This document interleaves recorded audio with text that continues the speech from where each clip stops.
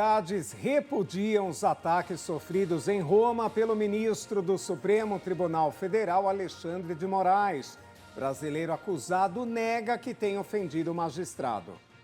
Em mais uma viagem internacional, o presidente Lula tem pressa para concluir acordo entre Mercosul e União Europeia. Deltan Dallagnol acusa Gilmar Mendes de intolerância religiosa após ministro ironizar chuva de Pix. Dia de perdas no Brasil. Morre no Rio de Janeiro o compositor João Donato. E em Minas Gerais, o ex-jogador Palinha, ídolo do Cruzeiro. É a partir de agora aqui no Brasil News.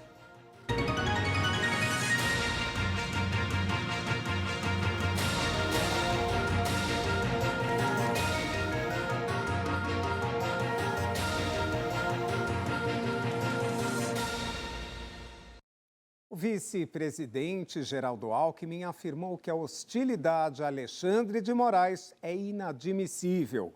O ministro do Supremo Tribunal Federal teria sido atacado verbalmente por um empresário brasileiro no Aeroporto Internacional de Roma. O vice-presidente da República, Geraldo Alckmin, chamou de inadmissível a hostilidade ao ministro do Supremo Tribunal Federal, Alexandre de Moraes. Ele disse também que o clima de ódio e desrespeito não podem continuar. Na última sexta-feira, dia 14, Moraes e a família foram hostilizados por um grupo de brasileiros no Aeroporto Internacional de Roma, na Itália. A Polícia Federal instaurou inquérito para apurar o episódio, incluindo uma possível agressão ao filho do ministro. Segundo informações colhidas pelos investigadores, o grupo teria usado expressões como bandido, comunista e comprado. Um dos suspeitos é o empresário Roberto Mantovani Filho, que mora no interior de São Paulo. Ele foi abordado pela Polícia Federal neste sábado, na chegada ao Brasil. Mantovani disse que avistou Moraes no Aeroporto Internacional de Roma na sexta, mas não falou com ele. O presidente da Câmara, Arthur Lira, disse ser inaceitável que se use a liberdade de expressão para agredir autoridades. Rodrigo Pacheco, presidente do Senado, afirmou que este tipo de comportamento mina o caminho para a construção de um país civilizado e pacífico.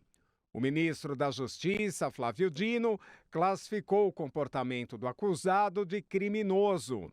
O senador Sérgio Moro, do Podemos do Paraná, também manifestou solidariedade ao ministro Alexandre de Moraes, dizendo que nada justifica o ataque a autoridades. Esta não foi a primeira vez que ministros do STF são hostilizados em locais públicos. Para o comentarista Ney Gonçalves Dias, é preciso que haja respeito às autoridades. Acompanhe. Recentemente, num voo comercial com destino a Brasília, o ministro Luiz Roberto Barroso foi vaiado e foi hostilizado por alguns dos passageiros que estavam a bordo. Depois, em Portugal, o ministro Gilmar Mendes estava caminhando numa calçada quando foi hostilizado, quando foi xingado, quando foi vaiado por pessoas ao seu redor. Agora foi mais grave. O ministro Alexandre de Moraes, como se sabe, foi à Itália para proferir uma palestra e no aeroporto de Roma os senhores sabem o que aconteceu.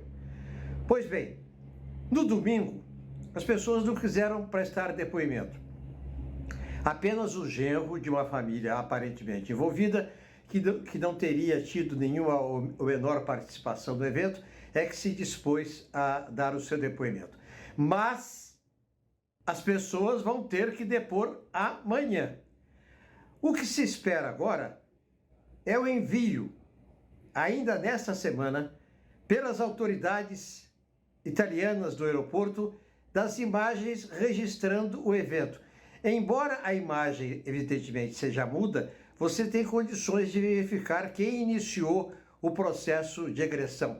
Porque a família de Sorocaba diz que a esposa do Mantovani teria sido agredida pelo genro, xingada pelo genro do ministro Alexandre de Moraes. E aí tem um agravante. Você também hostilizou o filho menor do ministro. Os ministros do Supremo, os ministros das Cortes Superiores estão alarmados com estes eventos, porque sabem que podem ser amanhã as próximas vítimas e que isto tem que ter um paradeiro. Sim, um paradeiro, no rigor da lei, dentro da lei. Presidente Luiz Inácio Lula da Silva discursou nesta segunda-feira na Bélgica durante reunião do Fórum Empresarial. Lula tenta avançar no acordo entre o Mercosul e a União Europeia. O presidente Luiz Inácio Lula da Silva participa, a partir desta segunda-feira, de cúpula entre os países da Comunidade de Estados Latino-Americanos e Caribenhos, CELAC, e a União Europeia em Bruxelas, capital da Bélgica. Com o acordo comercial entre o Mercosul e a União Europeia como principal pauta, o petista afirmou que a missão nesta nova viagem, a 10ª em pouco mais de 7 meses de mandato, será a aprofundar relações entre as regiões. No começo da tarde desta segunda-feira, Lula discursou na cúpula CELAC União Europeia. Lula afirmou que as diferenças econômicas entre a América Latina e Europa precisam ser minimizadas. Precisamos de uma parceria que ponha fim a uma divisão internacional do trabalho que condena a América Latina e o Caribe ao fornecimento de matéria-prima e de mão de obra migrante, mal remunerada e discriminada.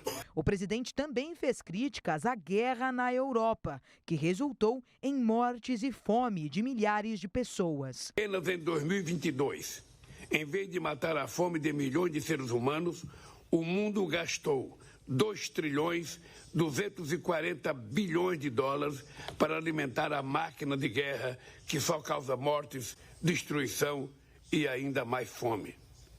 Esta cúpula CELAC União Europeia é também uma forma de dizermos: basta, um outro mundo é possível. Cabe a nós construí-lo com muitas mãos. Muito obrigado. Ainda pela manhã, o primeiro compromisso do presidente foi uma reunião com a presidente da Comissão Europeia, Ursula von der Leyen, na qual a questão ambiental foi o principal tema.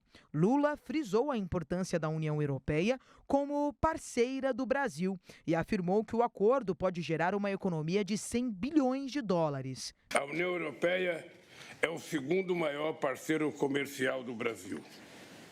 Nossa corrente de comércio poderá ultrapassar este ano a marca dos 100 bilhões de dólares.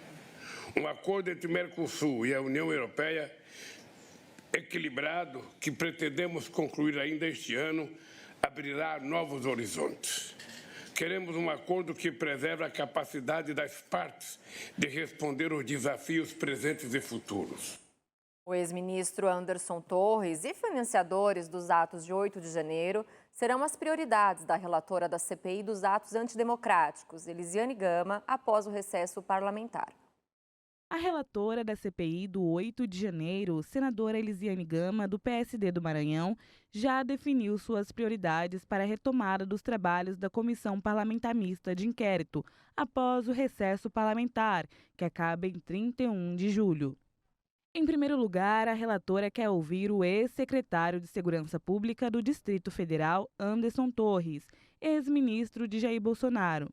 Ele havia reassumido o comando do órgão em 2 de janeiro e estava nos Estados Unidos quando bolsonaristas vandalizaram os prédios do Supremo Tribunal Federal, Congresso e Palácio do Planalto. Além disso, ela quer analisar o resultado das quebras de sigilo bancário e telemático, já pedidas pela CPI, como o do tenente-coronel Mauro Cid, ex-ajudante de ordens de Bolsonaro. O ex-presidente também teve o sigilo do celular quebrado, assim como Cid e Anderson Torres. Na sequência, Elisiane quer rastrear os financiadores dos atos. Ainda falando dessa CPI, o ministro do Supremo Tribunal Federal, Luiz Roberto Barroso, deu prazo de 48 horas para que a comissão que apura os atos golpistas apresente informações sobre a quebra de sigilo bancário, fiscal, telefônico e telemático do ex-diretor-geral da Polícia Rodoviária Federal, Silvinei Vasquez. A defesa do ex-policial alega que a quebra de sigilo viola direitos assegurados pela Constituição Federal.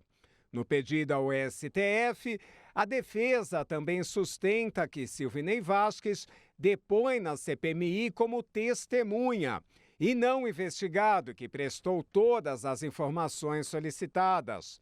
A defesa acionou o Supremo Tribunal Federal na última sexta-feira para suspender a medida. Vasquez foi diretor-geral da PRF na gestão do ex-presidente Jair Bolsonaro. Esteve no comando da corporação nas eleições do ano passado, quando surgiram denúncias de uso político da força de segurança. Em depoimento à comissão em junho, ele negou irregularidades na atuação da PRF. O relator do caso é o ministro Nunes Marques, mas como o Supremo está em recesso, o pedido foi enviado ao ministro Luiz Roberto Barroso, vice-presidente da Corte, que está respondendo pelos casos urgentes. E a seguir, Deltan Dallagnol acusa ministro Gilmar Mendes de intolerância religiosa. Ministra das Mulheres diz que trabalha para zerar feminicídio até 2026, apesar das dificuldades para cumprir esta meta. O Brasil News volta já.